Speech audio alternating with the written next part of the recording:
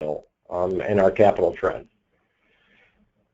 The recession hit hard, and this data, we've shown these data before. In 2009, on average, campuses were spending a little bit more than $5 a square foot. $3.86 came from one-time sources, which are gifts, grants, bonds, in the case of public institutions, state capital funding. $1.27 came from the annual capital budget in the institution.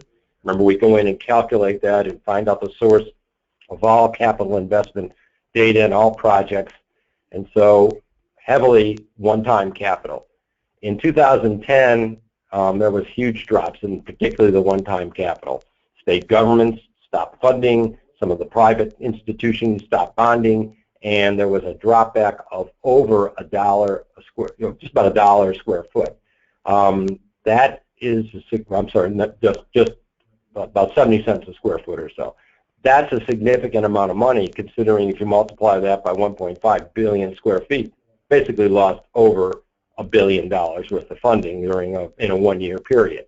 That's a huge amount of loss, and it's taken a long time to get back. As you can see, at 13 we got about even where we were with 2009, and 2014 is the first time we're seeing total capital investment exceeding what we spent in 2009. So it's been a steady capital growth over the last 5 years. The difference is the makeup, and we're going to go into that, but particularly if you go back to 2009, $3.86 was one-time capital. It's $3.60 in 2014. The difference is that $1.27 is now $1.77. We actually are 50 cents a square foot, and again, I remind you, we're talking about 1.5 billion square feet. So $750 million additional annual capital being spent by the Sightlines campuses here, what we call annual stewardship. That is regular money that's built in to the campus budget for annual capital in order to address capital investment needs. Let's take a look at this by type of institution.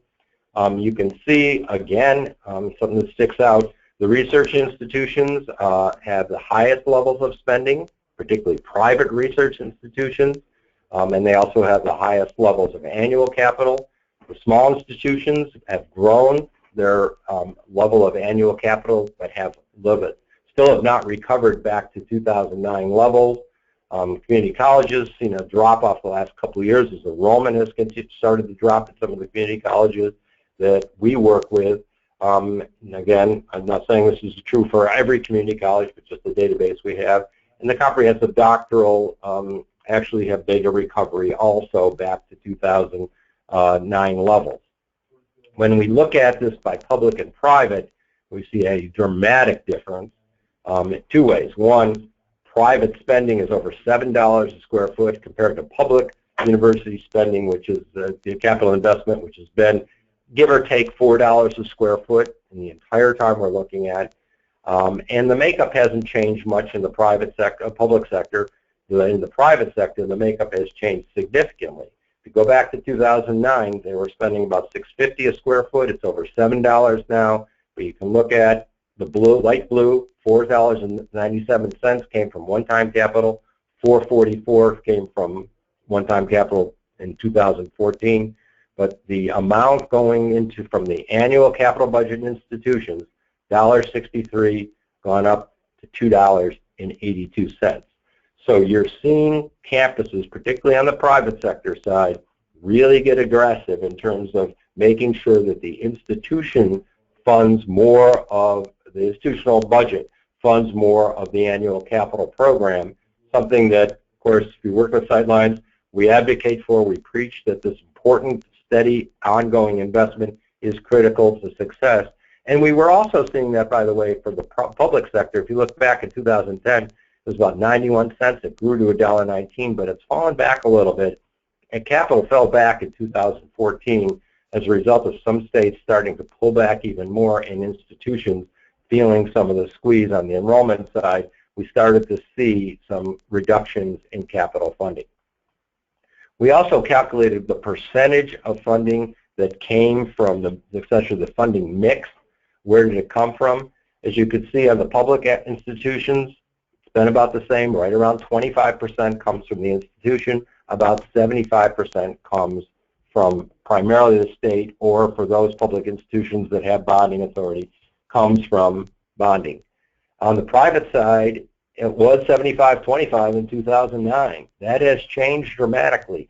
In a period of 6 years, we now are at almost 60-40, where 61% is coming from one-time capital, primarily borrowing, bonding, as well as potentially money from endowment, and 39% is coming from annual capital budgets in the institutional capital.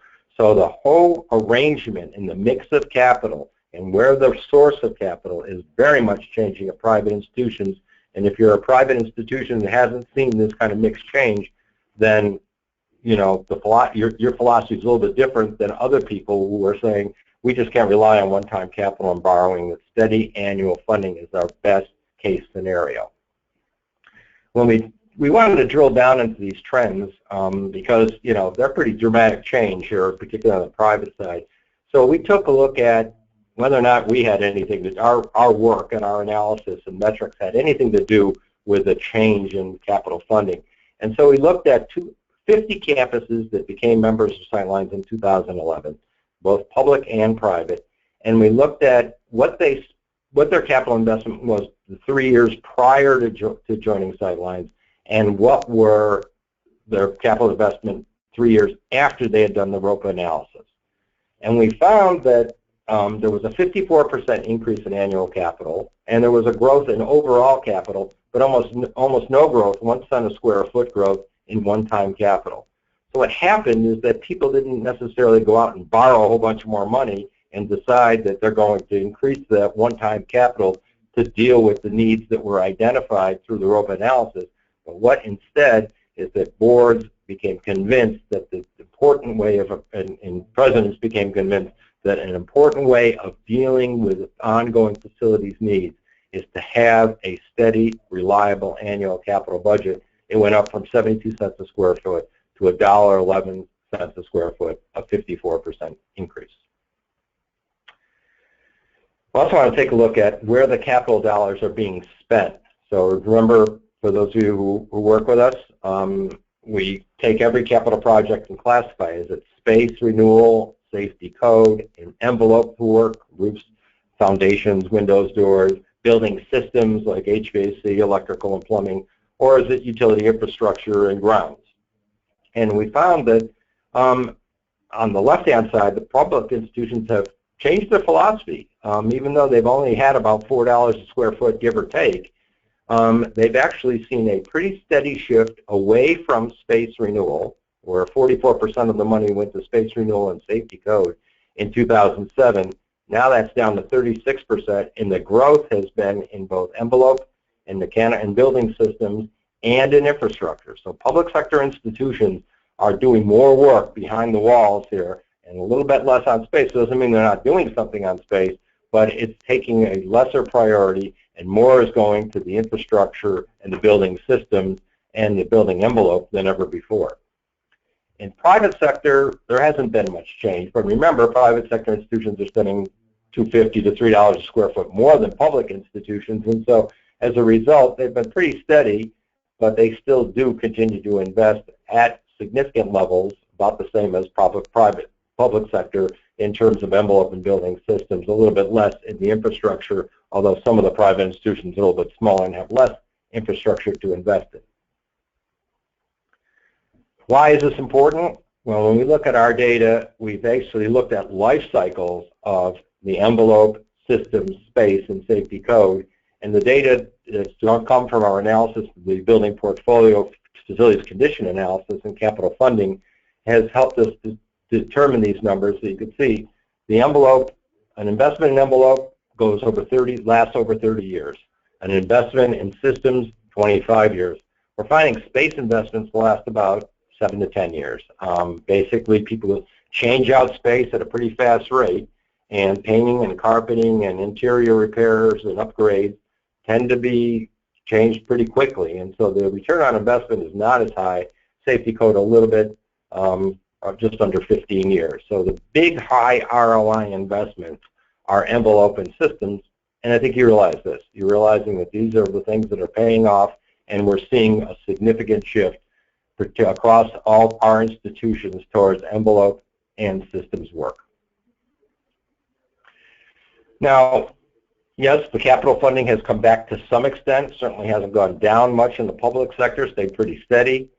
Yet that age profile, and particularly those 55 to 75, a high percentage of space, is just trumping any type of capital investment. We just are not able to keep up, to catch up with all of the 50s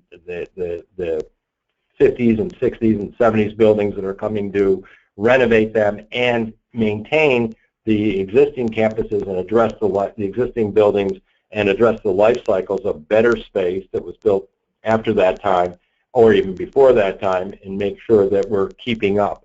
And so as a result, we're seeing pretty steady climbs in the backlog despite that. So age seems to be more important than capital investment, which gets back to the question of competition for funding. Looking at this chart, the public backlog is just under $100 a square foot. The private backlog just over $80 a square foot. The public has grown at a little faster rate than the private. We've seen a couple of years where some of the private has leveled off. But part of this is that whole competition for funding that we're seeing out there between the deferred maintenance that's needed to invest in those particularly 50s and 60s buildings and 70s buildings, and new space that wants to be built to address some of the demands and the competitive demands that you have to compete with better science and engineering facilities as well as student life facilities. And so we're seeing this real competition back and forth, and the backlog continues to grow and cause a lot of problems for many of your campuses.